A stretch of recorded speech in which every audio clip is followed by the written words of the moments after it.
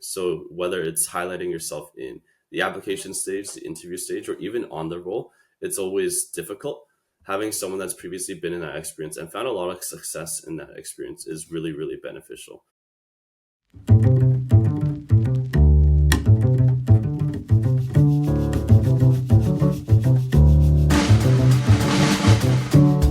I'm Omar El Malak, and I'm a fourth year computer science student at the University of Toronto, minoring in business and math. Today, I'm joined by Ming Ma, a global banking and markets finance intern at Scotiabank, as well as a second year finance student at the University of Toronto, Scarborough.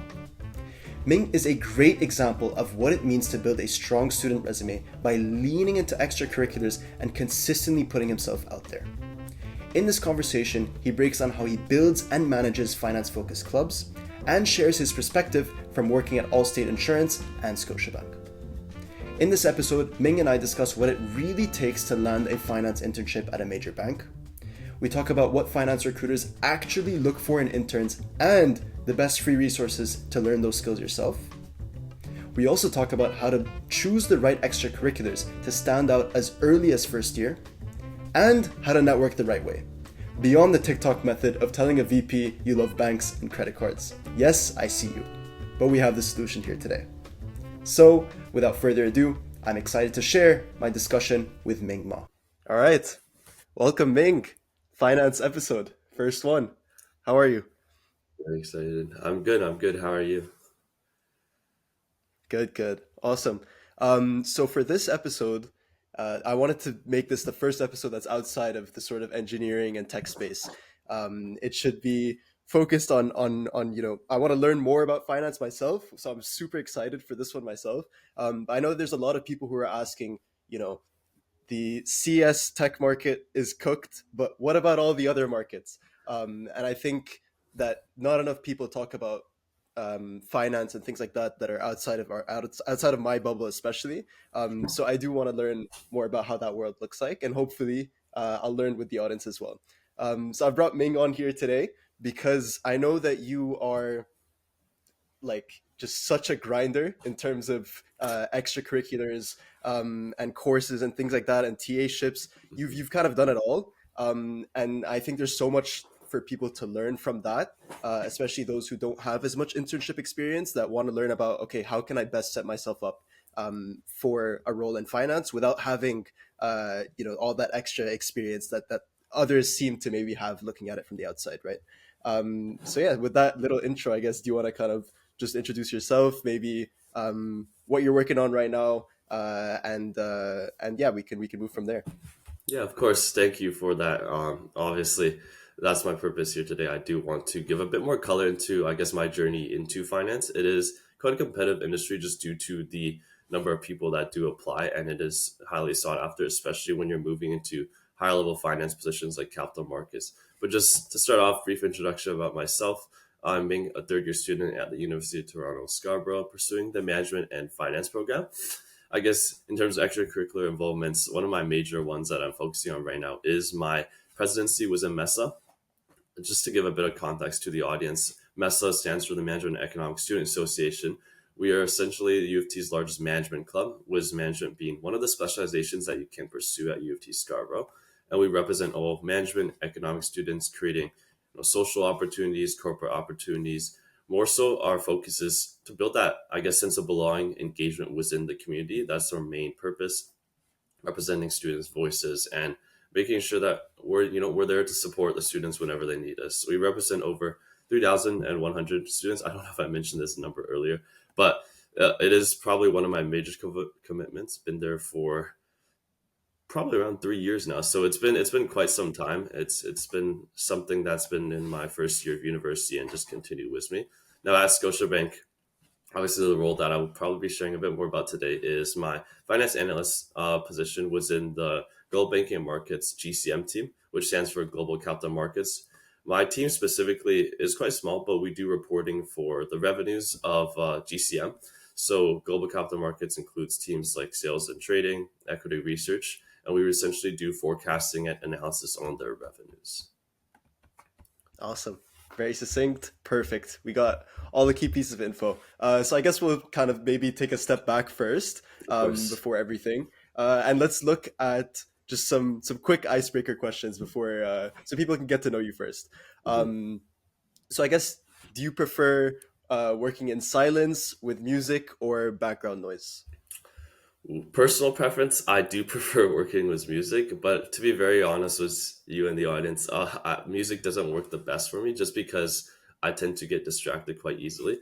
So I found myself listening to it more so just for enjoyment, to enjoy the process of studying because it is long and rigorous at a lot of times. But to be frank, probably the best method that I found efficiency was is either having like white noise or some certain frequencies I've been trying because my friends were using it, or listening to something a bit more slow, like either classical or something else. I know this is super niche. Not, I don't listen to classical outside of studying, but it sometimes helps me just stay calm because I mainly listen to pop, hip hop, and it's not necessarily the best for studying. Same here. Yeah, I think for me, like I keep Hmm. trying to just focus on using like white noise and stuff because I keep hearing about the benefits, Yeah, and then I just revert back to like my old music or of whatever course. every time. So what kind of, I guess, like white noise do you use? I'm actually very curious. Oh yeah, of course. I mainly just, to be very honest, I don't have a specific one. I just go into Spotify, I search up either like white noise or frequency, and I just to go through like a playlist, 24 hours, and then grind until I'm done. Most of the time, I do plan quite ahead of time. It's something that I would say is one of my traits is just planning things. I like to set everything in stone in advance. I do adapt and make changes, but I like to have a set schedule. So I'll leave myself enough time to listen to the music I listen to. Unless I genuinely need to prep for an exam in like a day or two, I would, just focus in with white noise or something. But most of the time, I think I leave myself enough time to study just regularly with the music I like. Nice. I think that skill of planning we'll probably unpack later on. Of course. But for sure, yeah, that sounds good. So I guess Mhm. maybe what's a hot take that you have about studying and or working in finance? Oof. I think, I guess hot take was working. We'll talk about, since we already talked about studying, we'll talk a bit more about working in finance. I think one thing that just really isn't mentioned of is that networking component. As specified earlier, it is a very competitive industry. There's a lot of competition and people that want to get into finance, especially higher level finance like capital markets. So to really beat your competitors by the slightest of margins of networking is something that's really crucial. Gives you, insight into the role, insight into how recruiting works, the company itself, and certain maybe market insights depending on who you're talking to.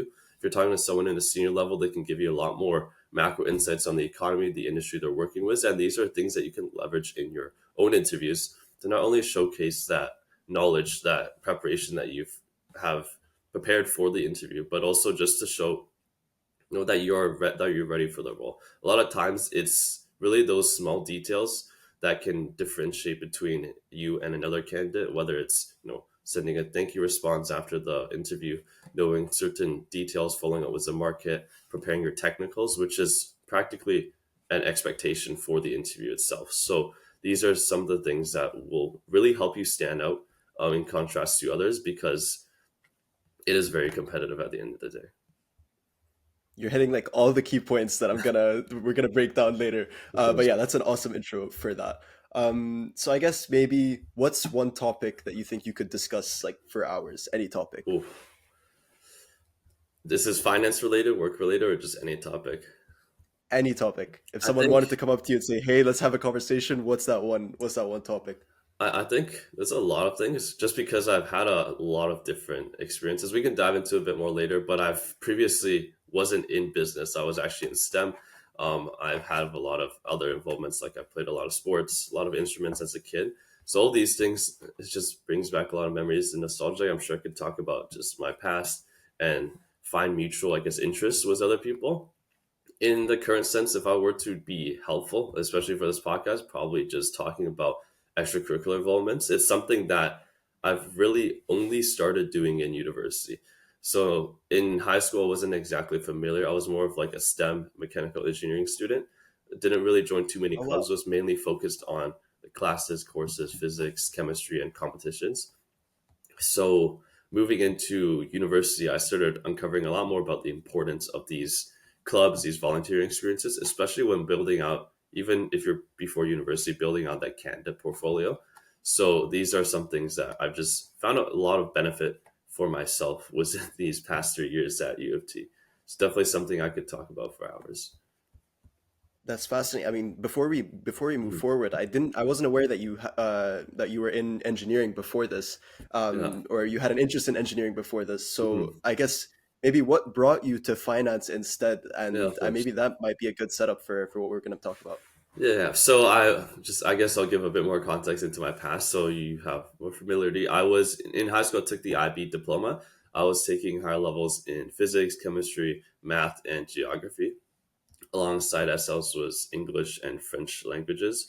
So this was very STEM heavy, especially focused on physics and chem.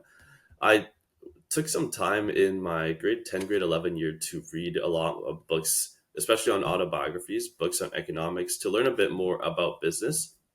My dad previously was in business. He was an eng as well. He moved into business, starting his own, but he essentially sort of told me a bit about his past and it brought me some interest. So I did my own research, read a lot of books on microeconomics, macroeconomics, and especially autobiographies, which I really enjoyed. I think the one that really stood out to me was Shoe Dog. So this was the autobiography for Nike. It detailed Phil Knight's journey to creating the brand, starting from his original hometown in Oregon and then moving, scaling across entire US, entire world, just to sort of fulfill that vision of his to put, a proper running shoe on the feet of all people around the world. And I think it was, at least to me at the time, it was extremely inspiring just because to have such a grand vision building from, that one small purpose and to scale so internationally to be one of the most recognized brands in the world today. It inspired me a lot to do something similar to impact the community. That's why I made that shift into finance as someone was a technical quantitative background in physics, math, chem. I felt like finance was probably the best intersection for me to pivot into moving from a STEM role because it not only merged that quantitative aspects that I have experience in, but also gave me a lot more leverage into the industry, the human driven industry of business that I wanted to dive more into. That's why I landed in finance. And I don't think I regret it at all, just because I feel like there's so much to learn with so many people and resources in finance that would benefit you in the long run, whether that's in creating my own business or just working in the finance industry in the long term. Oh, for sure. I love that story as well. The that movie that book they ended up making a movie out of it, right? I Actually, believe. I did not watch the movie. I read the. I was more of a book reader as a kid. I didn't watch too Mhm. much movies, but I'll check that out. I did not know they made a movie. That's quite cool. I think yeah, based on the Hmm. Nike story. But yeah, I think oh, for sure. Like you coming from that engineering background, I'm sure it gives you a much different perspective from a lot of other people who might have, been tunnel vision on finance from the start. Yeah, So as we unpack that, of that's something definitely to keep in mind about, course. how your perspective kind of shifted that. But no, that's awesome. So I guess so you said you go to U of T, U of T Scarborough specifically. Um, Mhm.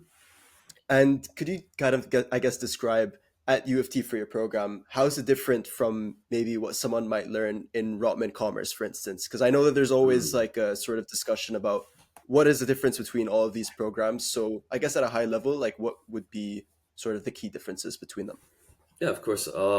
Just to, I guess, set as a preface as well, because I did not attend Ramen Commerce, I don't necessarily have the credentials to speak on the course itself. But just from my knowledge, I know Ramen Commerce follows under the Bachelor of Commerce. They have their own specifications like finance and economics. They have like accounting streams. It's a lot, I would say, less diverse in that sense, but it's very specialized and they do have a lot of reputation, which is really great because in finance, having connections, having reputation where you can link to alum within the industry is extremely helpful. You're able to bring them back or network with them, bring them back for events, leveraging those connections. As mentioned previously, network is a key component. But just from my experience at UofT Scarborough, I felt the biggest component of it was more so the diverse exposures that you're able to get with all of our streams. We have specializations in obviously the basic finance, accounting. We also have in within management specializations in HR, IT. marketing, and it opens up a lot more fields, a lot more alumni network, I guess, was in those categories.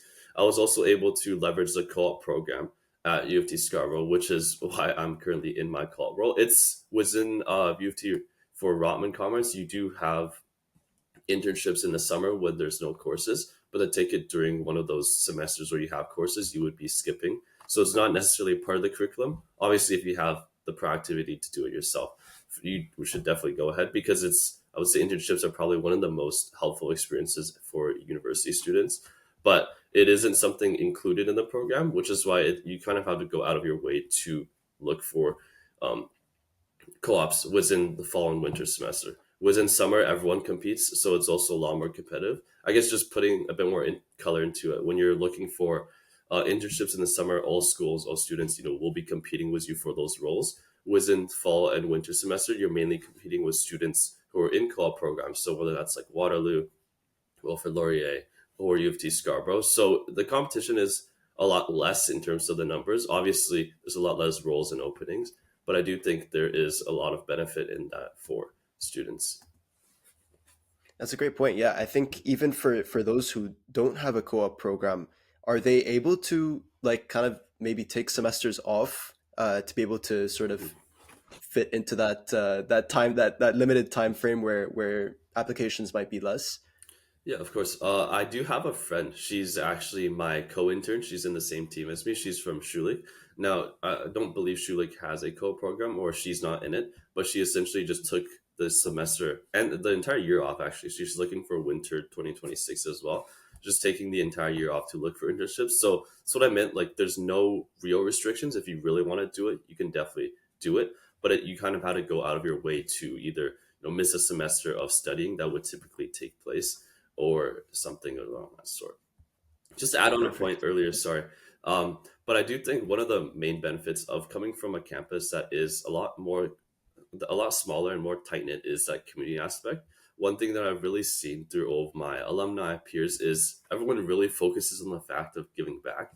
I think that's especially great when you have, this pipeline of students coming to the university, trying to move into the industry, learning from their mentors, their alum, and when your alum is especially helpful because they've been in your shoes and they know what it takes to break into these roles, they're especially willing to help out, to help you, build out your career. It's really great because being in such a tight knit community, everyone knows each other. It's a lot of great connections and great learning. 100%. Yeah, I love that point about alum as well because Mhm. I come from U of T Mississauga as well. So the Mhm. alum pool is also not as large as U of T St. George, for instance. So I guess maybe like piggybacking off of that, like how would you reach out to those alum or how do you find them at maybe the companies that you're looking at? Is there a strategy that you use? Yeah, I think for mainly for me, a lot of it was just brought by the school because we have a lot of programs. Just I'm not sure if you'll ask about this later, but there is a program involved in it's the capital markets prep program. It's essentially like a program accelerator for people interested in finance and capital markets. We have alum coming in from the industry. We have people, that are currently in interns in these roles, and they're the ones leading these programs. So these programs, workshops, we have a lot of panelists, fireside chats hosted at the school. They're really, really great for people looking to, break into these roles because they're essentially school or student brought opportunities. They're like presented to you. Now, obviously, if you want to go out of your way to find these opportunities, you have to do a lot of outreach networking.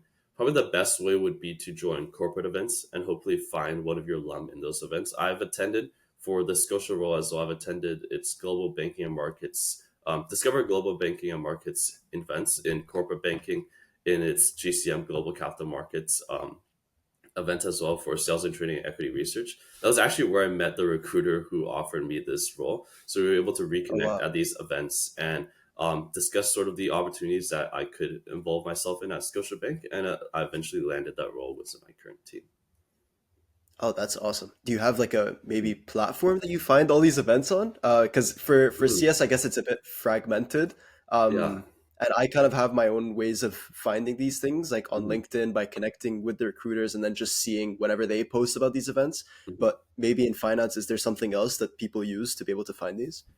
I'm sure there are. I unfortunately I don't know the names. I mainly use LinkedIn as well. I just Mhm. essentially find out all the recruiters for these different companies and follow them on LinkedIn because they'll post any of these social networking events on LinkedIn. The signups are all there. That's where I got the Scotiabank ones as well. But I do know for a lot of schools, they have their own connections with companies and they're able to be invited to these events. So sometimes looking at maybe your school's platform, whether that's a certain, like Instagram page or like a school website that hosts these events with corporations are really important.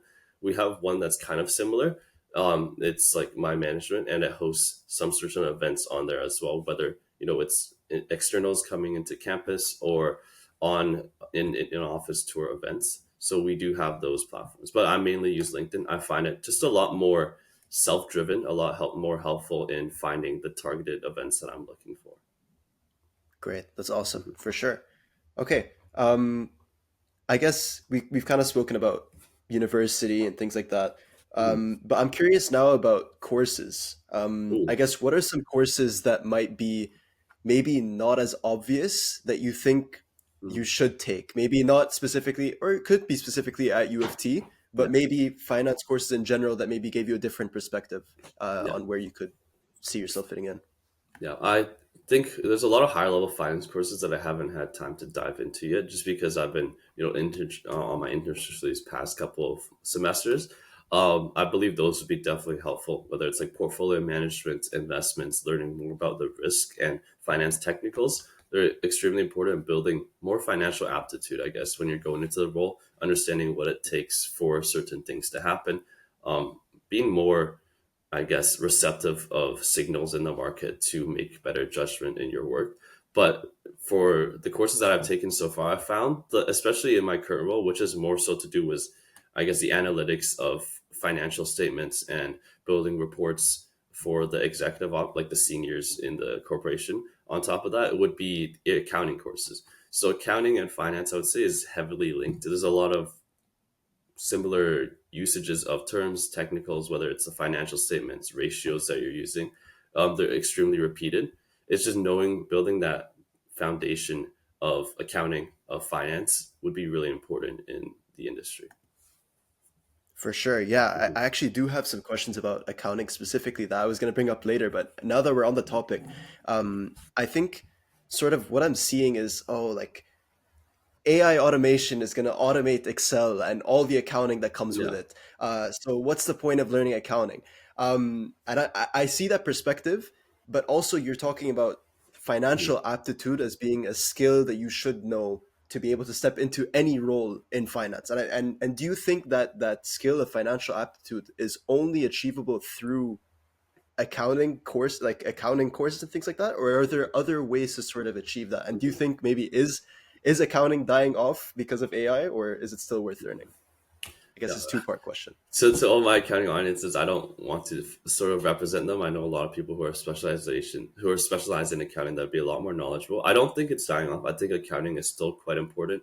That's why there's so many accountants and people pursuing the stream today, just because it's a lot more, I would say, human analytics and connections, working with different companies that you're doing auditing, or even teams within your company if you're doing internal auditing. There's a lot of those human connections that AI can't exactly replicate yet. Well, we don't know for the future, but what AI can do. But as for the short term, I don't think it's an industry that is dying off. But a lot of the, I would say, manual procedures are being replaced by AI, which is, I would say, a better thing because you're able to take a lot more time off of completing these manual technical work and instead focus more on the analytics, the creative strategy side of things, where you're able to provide more value that an AI may not be able to see based on the numbers that it's working with. Within, sorry, diving back to your previous question, if you could repeat the one before the AI. Yeah, I mean, it Mhm. was kind of connected, I guess, to the same concept of like for financial aptitude as a skill. Yeah, What yeah, are is accounting the only way to be able mhm, to sort of achieve that? I'm sure there are other ways. of What kind course. of ways would you think? Yeah, I would say it's completely dependent. I meant it more as like an intuition, understanding, the financials Yes. of companies, certain metrics, what these accounts that they have, say like revenues, expenses, what they mean, what they signify, and then if you're working with ratios as well, these different accounts that are used in these ratios, just what they mean. You can build these whether it's your classes in your own time. You can definitely go online. I do a lot of my own learning online. You can listen to podcasts like your own where people may be able to dive deeper into these technicals and learn from them as well. I found personally speaking, just I do a lot of self learning. So I think personally learning from online resources, whether it's just doing a quick search on ratios, watching a YouTube video, is something that have been very beneficial to me. But definitely classes would teach you all of these. So if you have accounting classes, finance courses, it would be a lot more pinpointed on these topics. I do see, just to point out, that most of finance courses work on investments, work on risk. They do a lot of, for example, discounting cash flows. So it's understanding the value of money over time. Or accounting is where it really drills down on the balance sheet, the income statements and the items within those categories. Right. So I guess accounting might be a what I would like to say a lower level understanding of finance, and maybe these other courses kind of give you more of a higher level, right? So, Yeah, do you have, from a I finance guess, perspective. yeah, exactly. Mhm. So, do you have maybe like some recommendations for those resources that Mhm. helped you out like the most, like between both high and low level? Yeah, I think for accounting, I personally just search on the web, so I don't have a specific like location. But if Okay. we're looking into high level finance, you can listen to podcasts, go on websites like Wall Street Oasis, where they do a lot of preps. They have, obviously the typical preparation books like the IB 400, the Red Book, where they have these investment banking questions to help you prep for your interviews. You can also follow up on platforms such as I know The Economist does like market news, but just having like a market news platform that is really useful to you. There's another website called Mergers and Inquisitions. It's a lot of capital market heavy terms, finances, and sorry, technicals and market news. So having these platforms that you can rely on for whether it's market news, preparing your technicals, or just understanding more about what's happening in the market is really important. As long as you have one sort of source for each thing that you're preparing for, I think you should be in good shape. Excellent. Those are some really good points. I strongly suggest everyone listening to go into those resources that Ming just mentioned. Okay. Um, so I guess now that we are done with the whole university and courses stuff, let's dive into your extracurriculars specifically. Mhm. So we'll start off with your Association of Accounting. That was, I Okay. guess, maybe the first Yeah. extracurricular that you did. It may seem like a while ago now, but I guess in your second month at UofT, you joined the Association of Accountancy. Yeah. Um, Sort of what motivated you to get involved so early, and how Mhm. did you adjust, balancing university life with taking on a demanding club role like that? Yeah. Oh, that's very pinpointed. The second month he has a specific date, but it was my first, I would say, business club or maybe even club in general. I've joined other clubs in high school that are external, but they weren't part of school. So this was quite a unique experience to me, mainly because I was a little unfamiliar with what to do at the start. But I managed to successfully pass the interview or the initial application screening, then the interview. I did get to know the recruiting members for the team at one of their events, which is also why I applied for. They had their um, essentially they had like an intro event to their club prior to the hiring season in the second month. So I was able to attend that, meet a lot of the team, and I found that it was an environment that I really wanted to involve myself in. That's what drove me to end up applying for it during our associate hiring, which is essentially hiring for all management clubs at U of T Scarborough. It's like a entire process for these management clubs to look for associates and for associates to find a match with clubs that they're interested in as well. I would say the workload as an associate was not too much because as a first year, all your seniors on the team are very understanding. They know you're adjusting into university. It's a lot different in terms of the style of learning, the style of, it's a lot of self driven work. You have to study in your own time instead of studying in class or doing work in class. So they gave me a lot of room to do my own things, but I was able to sort of pivot that into working on the club's things as well, whether it's creating an event, the associate event that we had, which was a kind of case competition. I wanted to give especially first years and second years more exposure into case competitions because there's some things that are really important to not only building business aptitude in terms of solving problems using what you know, but also just because a lot of first years and second years shy away from these opportunities, mainly due to their first years and second years, they don't know as much about business. They're just joining the university and they're shying away from competing against their seniors, which is fair. But I do think that by creating something a lot more friendly as a case competition, we were able to break that barrier and bring especially a lot of first years in during our events to learn more about the art of case competitions and how it can be beneficial to their journey in university. 100%. We're gonna break down case competitions for sure in the next, I guess, part of this. Mhm. But I want to ask about in this role, you were actually recognized as the Associate of the Year in your first year, which is quite crazy, and I'm sure that takes a lot of work. Sort of what went into that, and what set you apart from maybe some of the other Mm. associates at the club? And has an award like that actually impacted your career opportunities as well? Okay, yeah. The associate, just to give context, is essentially your club hires a lot of associates, the new first year, second year students into the team, and it's just an award to sort of show recognition for someone that has done something a little beyond what was expected of them within the team. I think what really drove me for my award was that case competition, as mentioned, and a lot of the other involvements in the team. I took a lot of proactivity because it was the first club that I joined to learn more from my seniors, to join in events, help out. I think I was present in the preparation and execution of all events, even when I wasn't responsible for them. And for associate Wow. events, I personally took a lot of leadership. To be very honest with you, it was mainly due to it was coming up in January. I had a lot of case competitions and assignments coming up, so I essentially moved my associate events. Like, as mentioned previously, I like to plan everything out, so I moved my associate event like work time ahead of schedule into early January. I was able to finalize our event. I think it was in the first 10-15 days of the month was the associates. So it really showed a lot of initiative from my end, delegation of tasks, and just making sure the event was executed properly.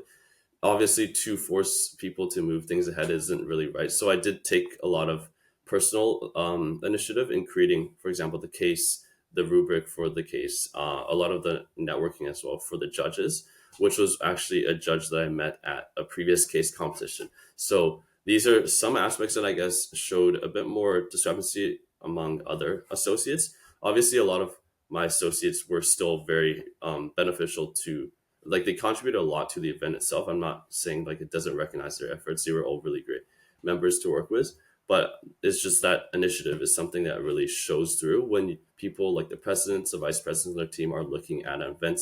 You're able to give them the rundown, be there when they need information or help with any events. It's something that differentiates you from the rest. That initiative component for sure. For sure. And I think that initiative component, as you mentioned, Hmm. is sort of only achievable through good time management and a foundation for time management, right? And Yeah. that planning ahead aspect. I'm curious, do you have any advice for that part of time management and how you approach your time management? Do you have like a calendar that you swear by or anything like that? Mhm. I personally use just the Microsoft to-do list. At the time, I think I was just using Outlook. So I like to write down my deadlines, and then I like to write down personal deadlines. So if something was due on like Wednesday, I would write a personal deadline maybe 2 days in advance for Monday, and then leave Mm, time off my weekends or on my weekdays to work on these different items that I had addressed for myself. I think in terms of time management, a lot of it is prioritization, because when you start to pile on these responsibilities, it does tend to overload a lot of times and it's hard to keep up. So making sure you prioritize what is important to you. And if you're in a leadership position, making sure you delegate properly so you find the right fit for who can execute this task and able to provide them with the resources to successfully do that as well. right. And that aspect of good delegation also Yeah. is a really good skill foundationally to carry for Hmm. leadership roles and management later on as well, for sure. Okay, cool. So I kind of had some extra questions, but we covered those. We covered those pretty well. So we'll move on to your Web3 experience. Okay. So you worked as the finance director for the Web3 Student Group at UofT, Yeah. and this was your first, I guess you could say, real role that dealt with club funds Yeah. specifically. and budgeting and reimbursements and things Hmm. like that. Yeah. So, how important is it to get that hands-on finance experience outside of internships?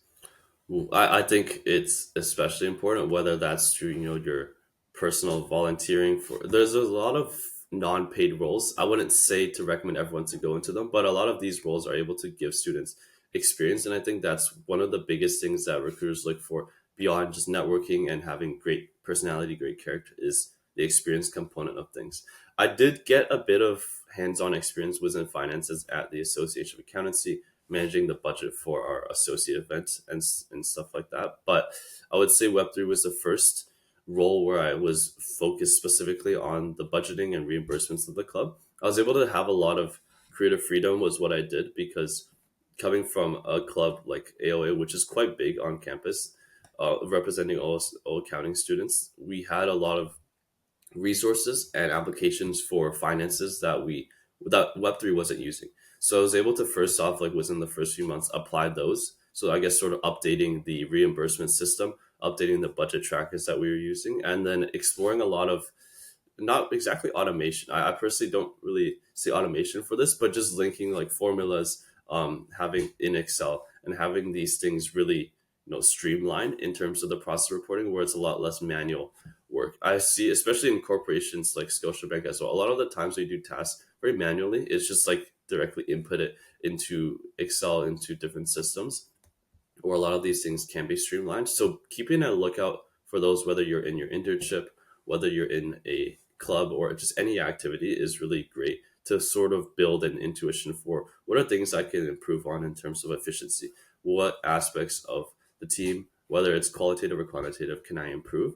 And building on your previous experiences where you've done things. A lot of interns that I've, so I'm just going to sidetrack really far here, but a lot Go of for it. interns that I talked with in Scotiabank have previous internships where they've done a certain set of processes that they found was really helpful for the team, and they're able to transfer that into their current internship at Scotiabank.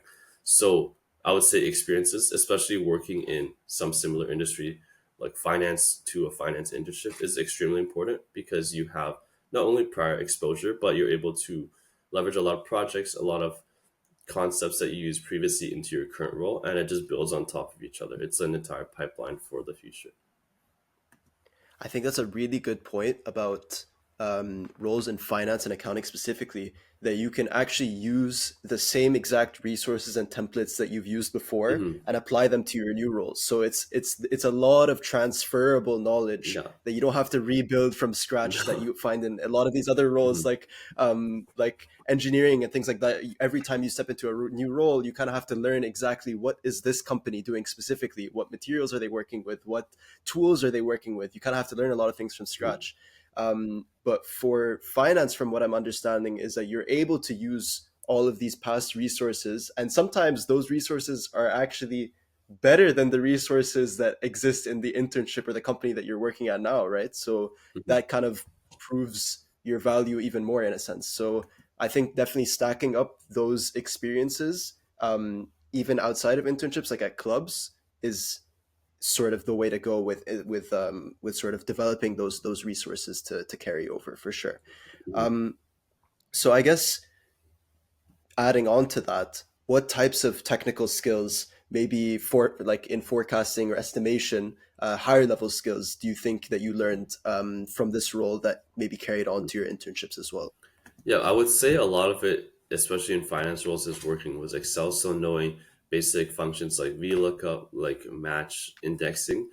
These are just formulas in Excel that help you locate certain items in one, for example, balance sheet, and you could transfer it onto a different statement, whether that's in building reports or something else. Some just to give a bit more color, I'm working on a project actually right now for the team, which is taking all of our monthly actuals and forecasting data, building an entire year summary out of it.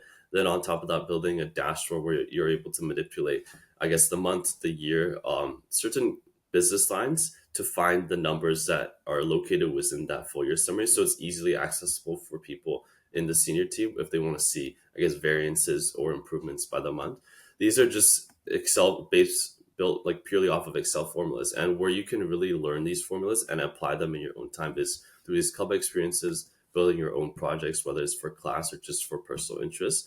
It gives you a lot of time to really deep dive into these formulas, learn how they work, and how you can use them together to create something like a dashboard or like a report for the team you're working with in your corporation. And it sounds like it's not just about learning those formulas as well. It looks like when with your experience, you were able to going back to that concept we were speaking about before, the financial aptitude, knowing what they are actually looking for, right? Yeah. What filters are they actually looking for that is beneficial to them, right? Hmm. So I think knowing that as well is a big part of the puzzle that only comes with that experience as well. Hmm. So I think that's 100%. a really good point too. Yeah. So I guess maybe at a higher level, why did you decide to get involved with the Web3 student Hmm. group specifically? And for students in finance, like what would you recommend that they step into finance directorship roles, etc., in fields that are outside of finance? Because Web3 is, I guess, more technical, right? So Yeah. do you think that those are good avenues to be able to practice those skills in maybe Mhm. areas that don't have these developed resources yet? I think you're hinting at me to move into tech, but that was one of the main reasons I did want to join the Web3 student group because it was essentially a club. Like the purpose of the club when during its time of creation was to link the CS stat math students on campus to the management students, building sort of like an intersect for these students to learn about each other's practices and building events based off of that, bring in, industry professionals from either business sides or tech sides of things. That was why I initially did join the club, just to learn a lot more about the tech of the tech from tech peers, from the tech alum on the team, what they had, in store. We have our own development team. They create our website. We have other coding teams as well that create a lot of projects for the club. So being able to just be there present and learn from them was something that I found was really important and building those connections as well. But yeah, that was what initially drove my interest in the club itself. I found that to be pretty helpful for other students, like finance students. If you really want to dive into um, finance in terms of budgeting, more on the analytics side, these are great resources. I would believe finance positions for most clubs does deal with that management of budget, reimbursements, and track expense tracking. But if you want to dive into, I guess, more higher levels of finance, for example, investing, equity research side of things, there are a lot of investment clubs, a lot of funds on campus. There was a fund on our current campus right now called the Student Managed Fund. There's sort of like our capital markets representation on campus where we have the teams of equity research analysts, and they're working on these stock pitches for stakeholders of the club, alumni, and industry professionals who come in during the stock pitches.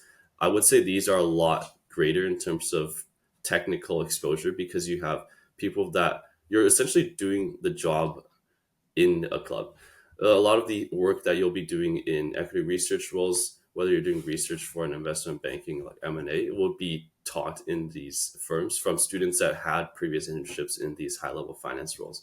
So these are things that can really trickle down. I think for finance students, the best thing is to look around your campus for these opportunities like clubs and to really identify, like pinpoint which of these clubs are aligned with the finance roles that you're interested in. The easiest way not to be a stalker, but it's just go on LinkedIn, look at the club's like reps and see what roles that they've had. Most of them will be quite similar. For example, for the student managed fund at our campus, everyone's landing positions in investment banking, corporate banking. So you can see as a student, interested in investment banking, that's sort of where you want to pivot to. Eventually, joining clubs like that, where you're able to leverage off of the club's alumni network, learning from these peers who've had these previous internship roles and are able to not only walk you through what is required for them, but even the interview procedure, what made them stand out as a candidate, and what to do to, I guess, more so highlight yourself in the role of the internship. Because especially in finance internships where they're so competitive, everyone's working for the return offer, right? So whether it's highlighting yourself in the application stage, the interview stage, or even on the role, it's always difficult. Having someone that's previously been in that experience and found a lot of success in that experience is really, really beneficial. That's why, as previously mentioned, networking is super underrated and it is very, very important to succeed. And I think you've indirectly sort of mentioned a pretty beneficial strategy with that because, Hmm. um, as you mentioned before, leveraging alumni networks is useful, but as you narrow the scope, there's more to connect on, right? Yeah. Because if you narrow the scope to, for example, the student managed fund, which we'll actually go into next, Okay. there's Yeah. there's more for you to connect on with Hmm. those alumni that came from specifically that community. So I guess narrowing those communities and finding people who are in those more narrow communities is actually a great way to open up the door in a more value driven maybe manner, instead of just asking, oh, we're in the same school, can you help me out? I think it Yeah. it adds more of a connection layer to that, You completely for hit sure. that point. Yeah. Just because, Yeah, in these roles, as mentioned, it's so competitive, it's difficult for someone was a lot like in a, I guess, club or school with a lot of alumni network for you to stand out because you have maybe hundreds and thousands of other applicants who have reached out to the same networker asking for the same yeah, things, trying to get the referral or just to learn from them. So to have like a club that is niche and it's, smaller demographic and population, but you're able to really target the specific industry that you're working towards, it's really great because they've been in your shoes, right? That's why they initially joined the club. They're also willing to help you build that technical skills, help you build that direction, I guess, into the industry. So it's something that I would highly recommend for all students. excellent point. Okay, so let's move on to the student managed fund that you're talking about. Yeah. So you were the finance and operations director for the UofT Scarborough Student Managed Fund. Hmm. What was that experience like, and what type of responsibility is placed on you to manage a student run fund? Hmm. And I guess beyond that, maybe what kind of advice do you have for people who think that managing a fund or large amounts of money for an organization in general, it could be scary as a student? Mm. Yeah. Okay. I can definitely touch up a bit more on that. Sorry. But my role itself was in the budgeting and events for the fund as well. I was able to, through that role, gain a lot more exposure into what the fund does in the industry. That's why I was able to give more, color into the work of an equity research associate at the fund. I helped out with some of the analysts on their stock pitches, so working on the PowerPoint slides, essentially taking like company financials, market news, and applying those into the slides.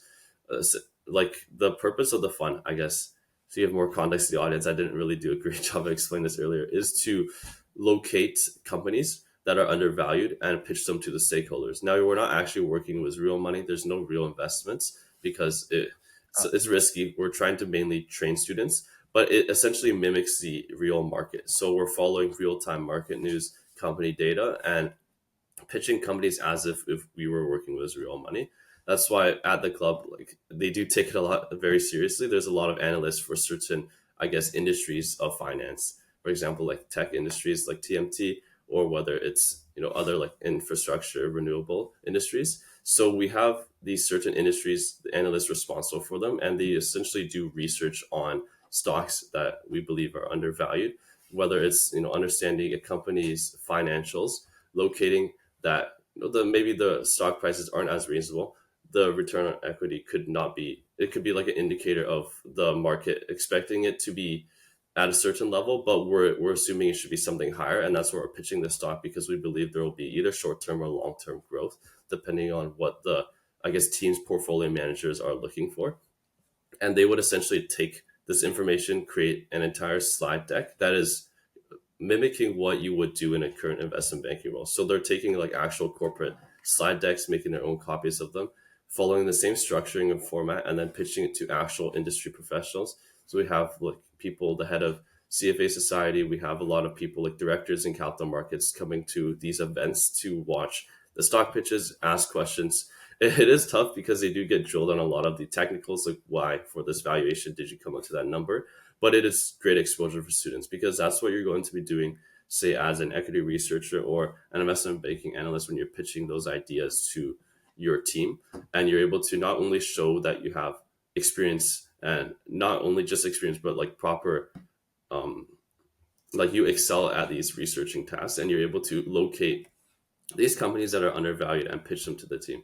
I think it's just these experiences are really great because as someone who's been in the industry, when you mimic your experiences working in a team for the students on campus, it's something that just builds a lot of great experiences for them. And they're able to directly translate that into interviews, right? When you're asked about what do you do in this role, what do you know about the role, you can literally say, I've worked in this role at the fund. I've done these similar stock pitches, researching, and I've done these slide decks. I know what I'm getting myself into. I just want to prove to you that I have these abilities and how I can stand out above in terms of in contrast to other candidates. This seems like a direct path to investment banking. It's like the Hmm. exact type of work that you'd be doing. And I find that like a lot of people are like, oh, how can I mimic work at in finance roles specifically? Because like in CS, you guys could just build projects, and that's like kind of Hmm. like what you do at work, right? But in finance, it's like how do you actually mimic something at scale Yeah, like this, for of example? course. I think this is such a good way to be able to do that for sure. Um, so what types of skills do you think are needed to be able to like manage funds at this scale? And are these things that you can learn like outside of university as well? Hmm. Yeah, as previously mentioned, those technical questions, those websites like mergers and acquisitions, they all provide a lot of very in-depth insights on the finance technicals to be asked on interviews, of what sort of knowledges Nice. are required of you.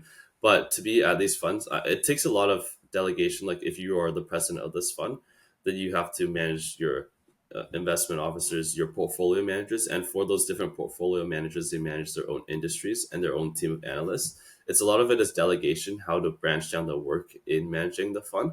But for the financial side of things, is mainly done by the portfolio managers and the analysts.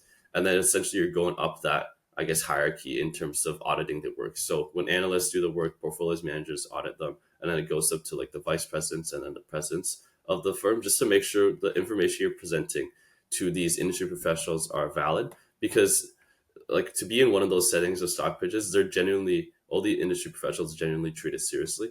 Like they're not there just to help out students. They're generally trying to, or they are. Sorry, that's a bad wording. They're not there to be nice to students. They're there to help them out by Mhm. being as representative of the real industry as possible. So as if they were in an actual stock pitch where someone is pitching an idea, you'll be drilled on the same technicals, on the same analysis that you're doing. So these are very important things where you got to make sure you're not BSing your numbers. You got to have proper and updated company financials. You got to record down the dates of where these information are taken from, what type of ratios, what assumptions are you making in your valuations for the company, and actually have backing to that. Whether that's through data from on that topic, I'll talk a bit more about platforms of where you can get data. Obviously, Bloomberg is one of the most popular FactSet as well. They're great. Capital IQ is something that the team uses quite a bit just to gather company financials that are the most updated. Using these, I guess, platforms to source out data on a company can help them uncover a lot more up to date insights. Whether it's like market news happening a few minutes ago, they're going to be instantly populated onto these popular websites. So they're extremely important if you want more accurate representation of, I guess, these stock pitches. Excellent. Yeah, these are like super great points, and you touched on a lot of things there. But yeah, I think that being able to manage these funds gives you a new level of responsibility that you don't get in class. It's like I can probably assume that a lot of people are maybe just like, okay, let me just submit this project. If I get a 60, I get a 60, whatever. But here it's like you get a lot of accountability placed on Yeah. you that you need to have your numbers known as well, which is a skill that you can Hmm. probably only gain through experiences like this where you have that sense of okay, I need to be held accountable for all the numbers I'm talking about, which is great for future roles as well, for sure. Of course. um, so real quick, you did a TA role in between all of the things we talked about. You worked as a TA for a macroeconomics as well as financial accounting courses. Yeah. And sort of maybe how does being a TA affect your career? And do you recommend that people do TA ships since they do take like a lot of time and effort from my experience as well? Oh, okay. That's quite cool. We might have to talk a bit more about that as well. But Yeah. I think TA ships are really great just because, especially at a big school like UofT, there's a lot of network you can get through TA ships. Obviously, the pay is great as well, and it's a lot of, I would say, rewarding work. At least for me, a lot of the drive that brings me into these roles of leadership in extracurriculars is to help the community, help other students is something that I personally find really rewarding. So having these roles where you're able to directly contribute to the academic success of these students is really, really great. In the roles of macroeconomics, it was quite a big team. I think we cover maybe 900 students overall in the course, so it's quite a big course. But giving giving that, I guess, TA ship, I was able to uncover a lot of communication skills working with students and refine those knowledges for the course concepts, because as a TA you've probably taken the course sometime in the past, maybe like a few months or like a year ago. It's hard to still know it as clearly as you did when you were studying for maybe the finals. So having that TA ship was able to help me refine a lot more of that macroeconomic knowledge that I previously had, and in turn translate them in my office hours when I'm working with students, trying to help them solve problems or explain certain concepts. These concepts are all, I would say, used very like closely with each other.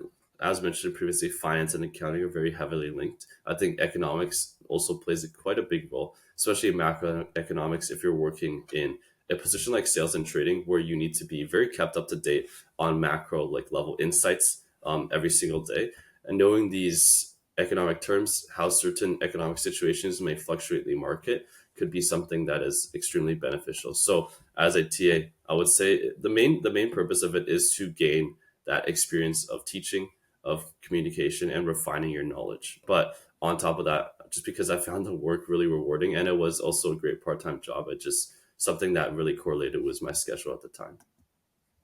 For sure. I think learning that technical aptitude is one thing, but also, as you mentioned, fluency with I guess all the terms and things like that is also beneficial too, because as you're reading these reports, any kind of information that comes through, you don't want to be spending that time researching what every single piece of terminology No, means. Otherwise, you're going to waste a lot of time, right? So yeah, I think, yeah, for sure, having that fluency comes with experiences like TA ships, so that does add some value there for sure. 100%. Okay, so for your last extracurricular, let's talk Hmm. about your main one here, the Management and Economics Students Association, the MESA.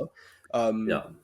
so you were right now, or actually you started off as the head of logistics, Hmm. and then you became the logistics and operations director, and now you're the president of UofT's largest management club, and as you said, over 3,100 management economic students.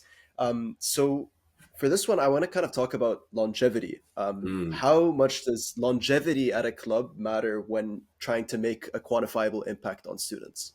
Yeah, that's actually a really great point because, as mentioned previously, I've been in the club for around 3 years at this point. It's probably one of my longest memories at the university. And I do think longevity is important if you're trying to make that long term impact, because when you've been in an organization for so long, you're really able to understand the in and outs of that organization. You know, the culture that is hosted within each term of the organization, the values that it represents, what your organization's purpose is, and how to, I guess, in this case, run a team. One of the probably the greatest learnings that I've had was my time in the organization, was able to see the different leaderships. When you're working as a gala head, you're working with your directors, your vice presidents for the events team, and then you're also working with the president themselves.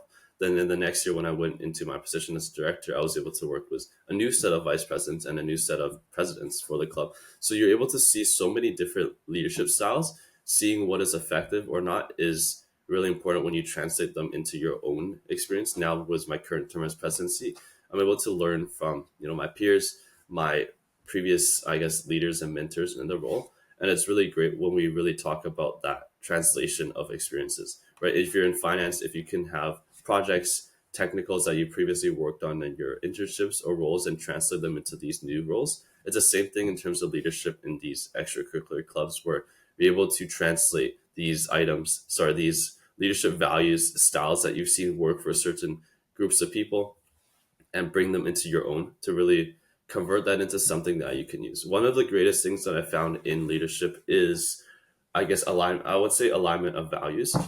It's really hard to manage, especially now. I think we have one of the largest teams we've ever had in the history of Mesa, around 32 probably people, was our Wow. newly hired associates. It's really difficult to keep everyone in check because you need to obviously delegate tasks to your vice presidents. They'll bring it down to the directors, and the directors will be the one to manage that task, and then essentially it translate back up that waterfall. It's hard to manage everyone. So to really create an organization where the projects you're working on or whatever task items that you're doing for the community is important to or valuable, I guess, to every single member of that team is to understand where they come from.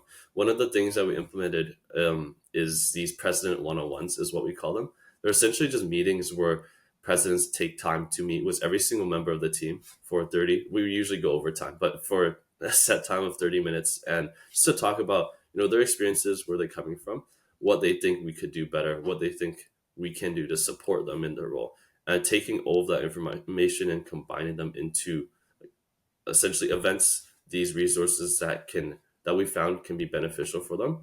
When I did this in the summer, one of the things that we found was that a lot of them joined the club to not only meet friends but also to build enough experiences for an internship. Right, that's what everyone, especially in co programs, are really stressed about, is locating that first internship. So taking into account all of that feedback, we were able to create with the senior team, so the other vice presidents, we were able to create a co-op workshop. We walked through every single stage of applications, locating where these jobs could be found, talking with recruiters, networking, and then lastly the interview stages, and then writing even thank you emails. We had a short session on that as well. Just taking all of our experiences, compiling them, and sharing them with this next generation of students to make sure that they're as prepared as they can be, and we're able to provide as much value to them as we can. I think it's just something that builds a lot closer connections, because as someone on the team, these directors are able to see the effort that you're taking to support them. And when you're working with people that you share similar characteristics with, and you want to work with, it really motivates you to strive harder, to take more proactivity in your projects, more responsibilities. And that's something I've been seeing a lot more with the members on the team, where everyone's taking initiative to do their own projects, bring up ideas to their vice presidents, to us directly as well as presidents. And it's just, it drives like a continuation of creation, a continuation of, I would say, having like excellent standards in the work that you do, where everyone's striving to be better versions of themselves to contribute to the club. And that when you put all of those work combined, you have something really great out of an organization. Good for you. That's like a really 32 members. I'm sure is a very difficult thing to manage. Mm. And I really like the way that you've approached it, because you're kind of giving them a lot of value with these Hmm. types of workshops and things like that. And in Yeah, exchange, they're giving you a lot of value in it's the very work that you're doing mutual. to be able to build these Hmm. events. Exactly. So that mutual benefit for sure for those who are trying to work on leading clubs is a good point to have. Um, so, what advice would you give to someone who's just joining a club in finance and Hmm. wants to work their way up, like you did? Do these clubs kind of value maybe more hard or soft skills? Okay. We'll talk a bit more in terms of finance clubs, just because that's the one you mentioned. I think as a finance student in finance clubs, you're probably going to be working with, as mentioned, these funds, these investment clubs. They value a lot of technical skills, because that, I guess, a knowledge of technicals of financial markets is what's going to drive you to be a better member of their team, to contribute to whether the stock pitches or investments that they're doing. So they're going to have a lot more, I guess, benefit from you as being a member of the team when they pitch these things to stakeholders. But what I found especially really important is a combination. It's like a healthy balance of both hard and soft skills, because these hard skills are what's going to make you qualified. So when you're put into a position where you need to show your skills, show your knowledge, you're able to succeed. But these soft skills are most of the time what's going to actually get you those opportunities. So you can't just have only soft skills, and when you're put into an interview or put on the spot to create maybe like a slide deck for your team, you're not able to execute it efficiently. But you also can't just have hard skills and zero soft skills, where either like poor EQ, you're going to piss off maybe your manager or someone on your team or the stakeholders, or if you just don't have enough communication, you're not able to source these opportunities for yourself. Having a healthy balance of both is where you're able to leverage soft skills to I guess, conduct learning from your peers, from your mentors, leveraging soft skills to gain more access to opportunities, involve in projects and meetings. But having these hard skills, it takes a lot of your own time to learn these hard skills. But once you have them, it's what really provides that confidence and foundation for all the work that you'll be working throughout these clubs, these volunteer activities, or internships. Because that's the type of thing where, as mentioned, with Excel, if you know these things, you know them. If you don't, you don't. If you know these formulas and your task is building a report, you're instantly like, oh, I can use, for example, index match to locate these numbers into the dashboard, and it just instantly create that right away. But if you have to relearn them from scratch, it takes a lot more time, and you'll be seen as inefficient, unfortunately, within the team. I love that point about sort of being able to have hard and soft skills for different purposes, right? Hmm. There's not one. It's not one or the other. It's soft skills are good for being able to convert on interviews, be able to convert on team management, etc. And then the Yeah. hard skill is to get your foot through the door, Hmm. and even converting as well, like to show that you are able to use those skills as well. So Yeah. so I love how there's that balance of both, and they each have they serve their purpose. Of course. So for this last part, we'll probably just go through your internship experience, because I'm sure a Okay. lot of people will be curious Yeah. about that. Yeah. So your first internship was this past summer, Hmm. and you worked as a claims representative at Allstate, Hmm. which was an insurance role. Yeah. So what was that experience like, and how does that maybe differ from some of the other roles that we've spoken about earlier? Yeah, just to give a bit more color, what I took, I guess the approach I took initially looking into internships was to just gain a lot more exposure. As someone from STEM background, I didn't know too much about the businesses themselves because I didn't join any clubs prior, didn't have any working experience in business. So as an, I guess, person looking for an internship, I was looking for roles in insurance, accounting, finance, and I still am just trying to get more exposure, more so just pinpointing on finance for the short term because it's very hard to break into. So leveraging internships to break into and I guess progress in that role is something that can be really beneficial.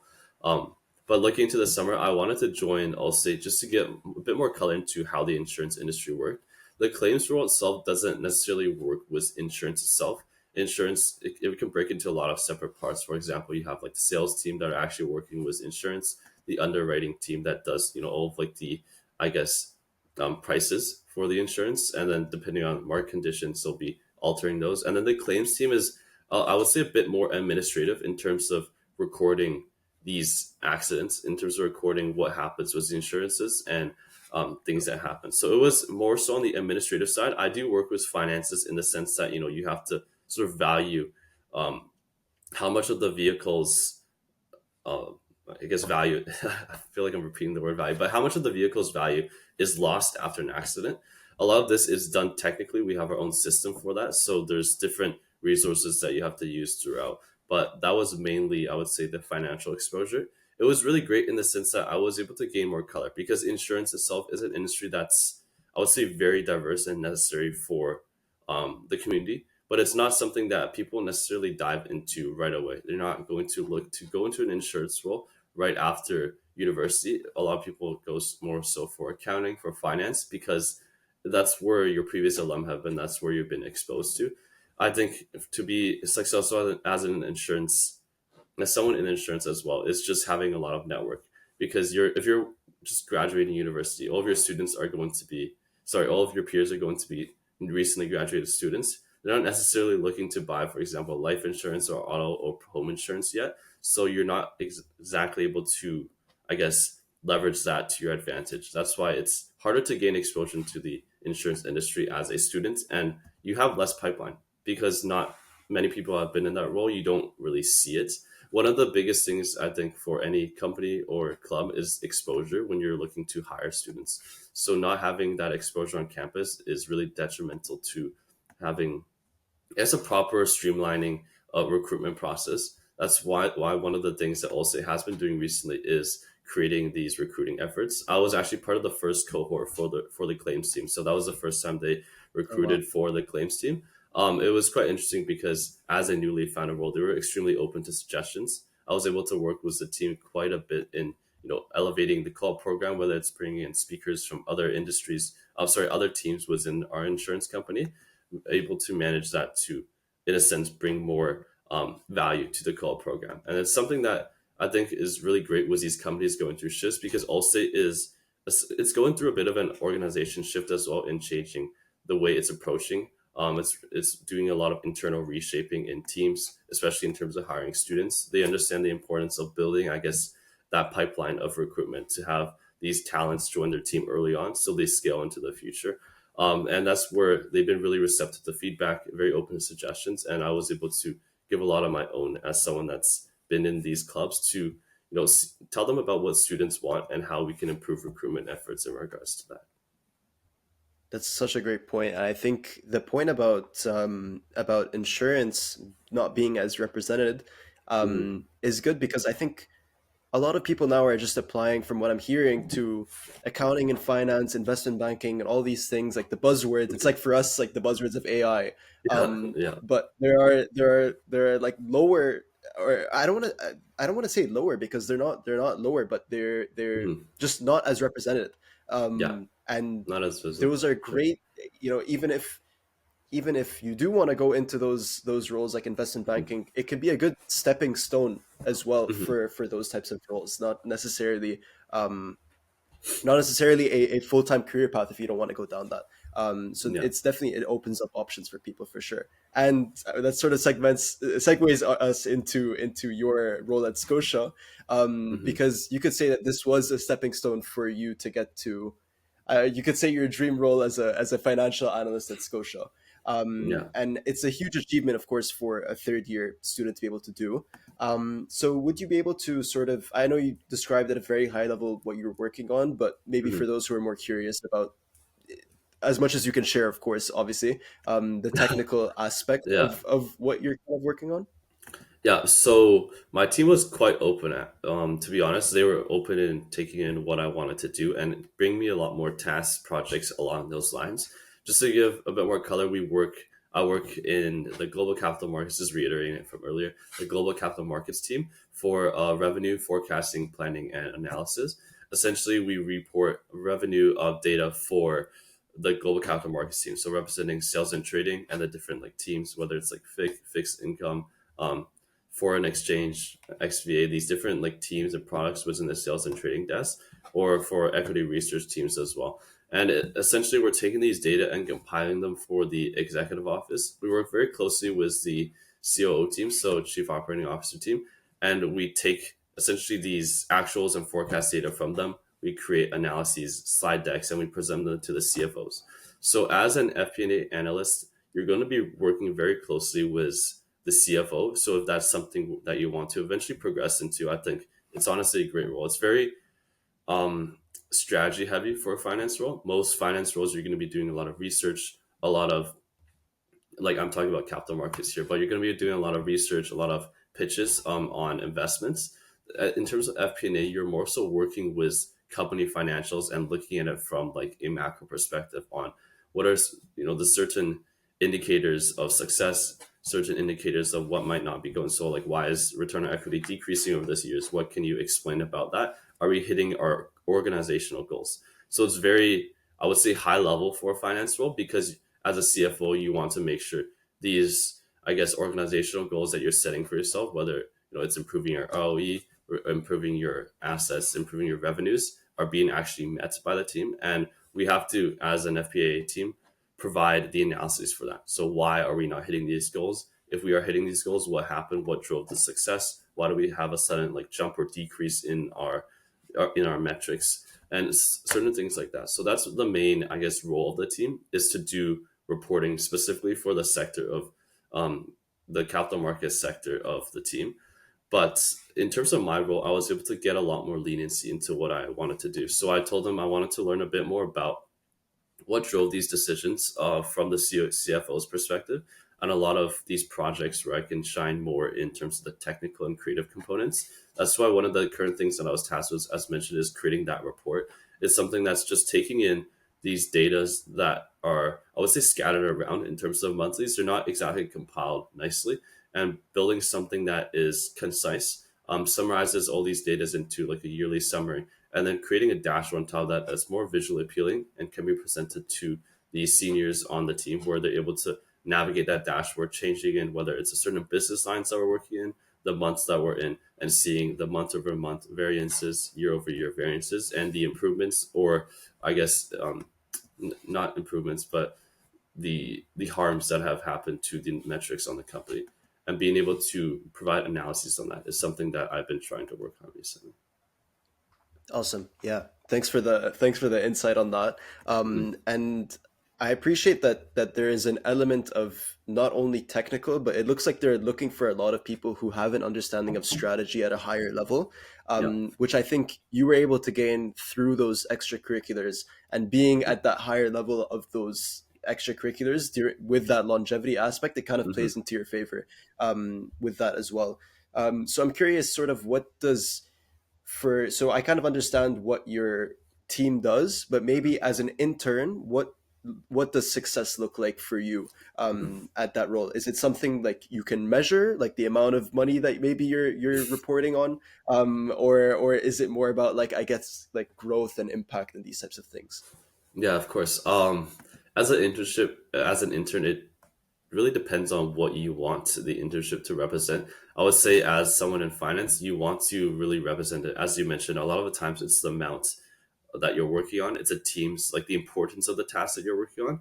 Whether it's, if you're working in like an investment or M&A, you can talk about a deal that you worked on for the company. If that succeeded, if that transaction happened, how much of that was that deal, like, did that cost the company to conduct that actual merger or acquisition? Mhm. But in terms of my role, I would say, it's because it's a lot more strategy heavy for a finance role. I would say the importance of it is really pinpointing those projects that I'm going to work on or have worked on. So it's like these projects where I'm doing reporting for numbers, what type of technical skills, Excel skills or platforms was able to leverage to my advantage. So I guess in this case, it would be indicating the systems that we use for reporting. In Scotiabank, we use, at least for FP&A, we use SmartView and Hyperion. SmartView is essentially like a plugin to Excel where you're able to take numbers from, say, a balance sheet and plug them into Excel in the certain format of your will. And then Hyperion is, I guess, an internal, I would say, financial statement tracker that we input data into. So it's these platforms that you work with. The technical skills is obviously Excel. To really indicate, I guess, the level of success here, it would be to show the importance of projects, how they were received by the senior teams, how they were able to, maybe, if you can give a metric like efficiency, how were they able to improve that efficiency as well. It really depends on the role. I would say for higher level finance roles, you really want to talk about these deals, these clients that you've worked with. In terms of maybe strategy roles, you want to talk about these projects that you've worked on. What were you able to, provide for the company in terms of efficiencies, in terms of revenue generation, or just, I guess, minimizing costs even, because they work hand in hand, right, in increasing the net income. Amazing. Yeah, those are really great points, and I think a lot of people can learn about, especially those two tools you mentioned. For those who are maybe trying to get into these sort of banking roles, those could be a good way to sort of prove that you have that technical prowess. So I guess my last question about Scotia is, if I want to get into finance at a major bank, what's one thing I can do right now to set myself up for success? Okay, I might be reiterating a bit, but it is definitely the network component. I think Hmm. if we're just talking about one thing in specific, that would probably be the most beneficial, because you're able to, I think a theme that has been really shown through this entire podcast is that theme of translating previous experiences and other people's experiences into your own. Being able to network is as like a sole singular focus, in contrast to maybe learning by yourself. You're able to gain direct exposure from people in these roles, in other roles, and know how it might suit your interests. What type of resources should you focus on? It saves a lot of the time where, for example, if you're looking for these resources yourself, you may be searching online, maybe getting sidetracked to some resources that are not as effective for what you're trying to pursue. But when you talk with someone that's been in this role and they've already done that, they've already seen what's successful, what's not, and they're able to help you pass that, I guess, obstacle of differentiating what is good and what is not, and just provide you with that resource is really important. Whether that resource is in the form of like a document for studying for interviews, that resource is in the form of, I guess, knowledge, or even, like as mentioned for myself, leadership styles, because I was able to see them already, apply these in effect before my time as president. I was able to really translate what the components of what I found was effective from them into my own team when I was actually put into that position. Excellent. Yeah, and it sounds like networking, especially, it's not just about getting these roles, it's also about what you can learn in terms of technical skill, management skill, resources maybe that other people use that can completely change the trajectory of your Of career, almost, course. if they share something that you use, that or certain way of setting up, for example, like the reimbursements for a club, that sort of Hmm. management or that sort of Excel template could carry you through, I don't know how many rows down the line, which is Hmm. something I learned today that I wasn't aware of before.